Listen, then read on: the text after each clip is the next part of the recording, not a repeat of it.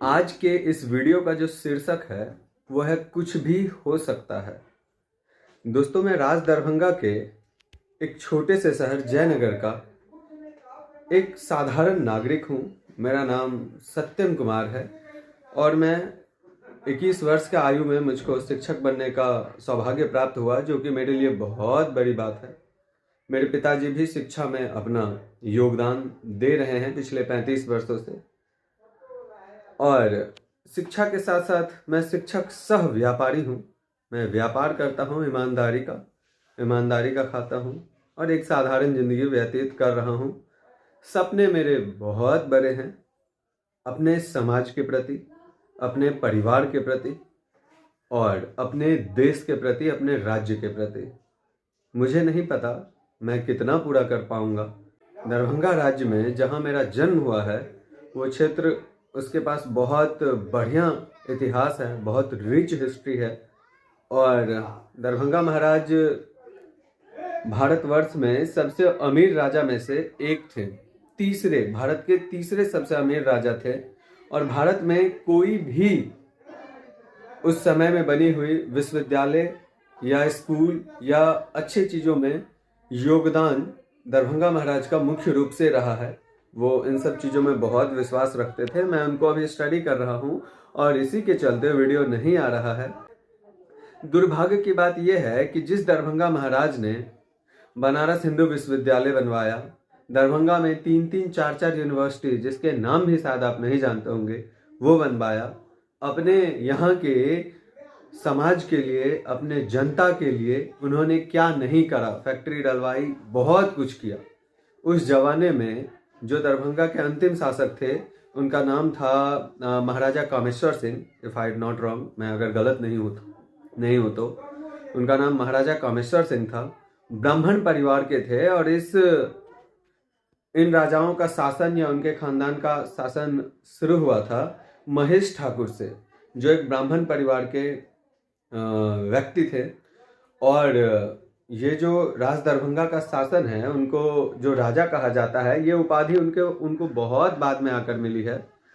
ये लोग खानदानी अमीर थे, बहुत बड़े जमींदार थे और ठाकुरों के परिवार के हुआ करते थे, सांडिल गोत्र से आते थे।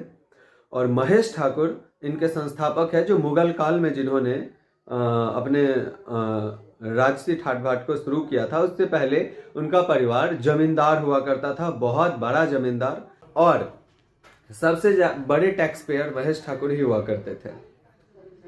और उनसे शुरू हुई चीजें और कामेश्वर सिंह पर आकर के बाद में खत्म हुई। और ठाकुर से सिंह कैसे उनके टाइटल में आ गया, तो जब उन्हें महाराजा धीराज का उपाधि मिल गया तो उन्होंने अपना दबदबा दिखाने के लिए ठाकुर से अपने नाम को, अपने टाइटल को बदल कर सिंह कर दिया था, जहाँ तक मैंने पढ़ा है, या कुछ और बातें हो सकती हैं। और कामेश्वर सिंह बहुत अच्छे राजा थे। अब बात यदि करूं, मैं ये सब क्यों कह रहा हूं, मैं कुछ बातों का जवाब यदि समय ही दे तो अच्छा लगता है। बस आप सब मुझको याद रखो, मैं बस यही चाहता हूं। समय का अभाव है और आप सभी का दुआ मुझ पे बहुत ज़्यादा काम कर रहा है। मन में, दिल में सिर्फ एक ही आशा है, जज्बा है, जुनून है कि समाज के हितों में अपना योगदान देना है।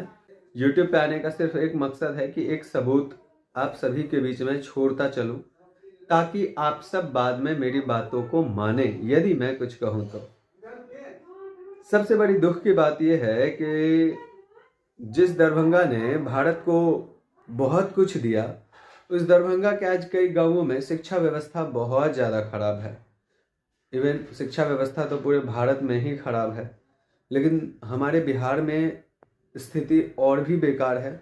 एक तो बिहार भारत का सबसे पिछड़ा राज्य है और उस पिछड़े राज्य में सबसे पिछड़ा क्षेत्र दरभंगा ही होगा, ऐसा मुझको लगता है।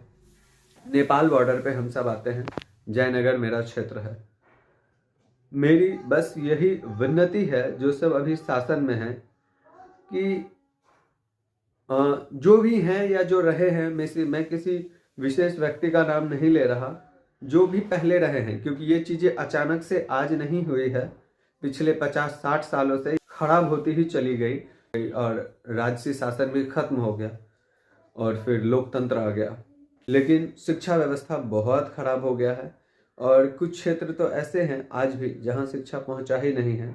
मैं प्लीज़ रिक्वेस्ट करता हूं कि आप सब ऐसा मत करो।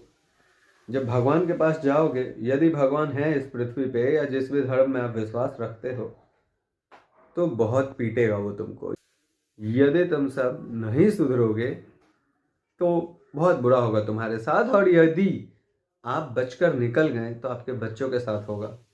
लेकिन होगा, क्योंकि कुछ भी हो सकता है। आप इस चीज़ पर ध्यान दीजिए कि कम से कम शिक्षा व्यवस्था बनी रहे, क्योंकि हमारे देश का जो भविष्य है वो यहाँ के बच्चे हैं। अगर वो पढ़ेंगे नहीं, उन्हें उचित ज्ञान नहीं मिलेगा, शिक्षा नहीं मिलेगा, तो हमारा ये देश, हमारा ये राज्य, हमारा ये क्षेत्र पहले ही ऑलरेडी बहुत पीछे हम सब हो चुके हैं। और आप सब यदि ऐसे करोगे तो ये चीज़ें और ख़त्म होगी। इस वीडियो को बनाने का उद्देश्य यही था कि मेरी ये बातें, मैं अपना विचार आप सभी के बीच रख सकूं। इस वीडियो को आज यहीं पे ख़त्म करते हैं। अब हम मिलेंगे अगले वीडियो में। तब तक के लिए धन्यवाद। यदि आपने इस वीडियो को यहाँ तक देख लिया है, देन बिलीव मी, आप यूनिक हैं, आप सबसे अलग हैं। धन्यवाद।